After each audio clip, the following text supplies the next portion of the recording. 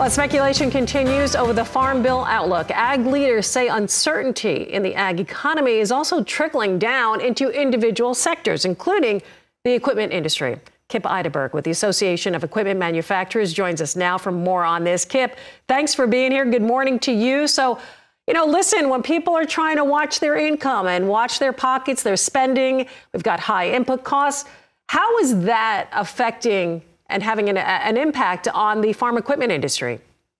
Well, good morning, Suzanne. Thanks for having me back on. Well, uncertainty is in many ways the number one killer for businesses of all kinds, whether you're a farmer, a rancher, or an equipment manufacturer. And not having the certainty that comes with a 5-year Farm Bill, all those programs, whether they are nutrition program, research programs, biofuel support programs, conservation programs, having those programs locked in, the support network that farmers and ranchers depend on to not only feed our country, but to feed the world. Obviously, that is bad news for our industry and for anyone in the agriculture economy who's looking to make plans for next year.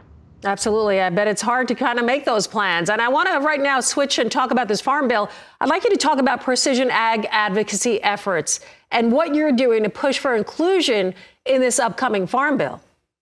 Yeah, so USDA's conservation programs have a long history of helping farmers implement best practices to clean the air that we breathe, preserve the water that we drink. But what it's currently lacking is a program that would help farmers, particularly first-generation farmers, smaller farmers, adopt precision agriculture technologies. These are the advancements in farm equipment that help them do more with less. And fortunately, there are two bipartisan bills in Congress, the PAL Act and the PRECISE Act, that would do just that, Suzanne. It would set up programs under USDA to help farmers invest in these types of technologies. And we know what the benefits are, not just for farm operations, but for the environment, for communities. So we're hoping that Congress can do the right thing and include these programs in the next Farm Bill once that gets off the ground and passed. Absolutely. And of course, the key word, getting off the ground. So I'd like, it's so hard to predict what's going to happen up on the Hill, but your thoughts for the outlook of this Farm Bill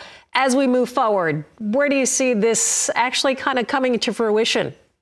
It's a great question. So Chairman Thompson, the chair of the House Ag Committee, came out yesterday and said that he's no longer planning to put a Farm Bill on the floor this year. There had been some talk about passing one in December. The new speaker had in fact said that he wanted to pass one in December. So the Chairman Thompson now has indicated he wants to pass a clean extension that takes us to the end of fiscal year 2024. That's end of September next year. Meanwhile, in the Senate, both Chairwoman Stabenow and Ranking Member Bozeman have said that they want to pass an extension as well, perhaps a 1-year extension to take us through the end of next year. So there's still a lot of uncertainty, a lot of movement back and forth. Obviously, there are upwards of 40 what's called orphan programs, Suzanne, that would have to be funded on top of an extension. These programs are very important. Some of them deal with biofuels, for example. So there's a lot of moving parts right now. We've been calling for an extension, for a clean extension, funding for the orphan programs.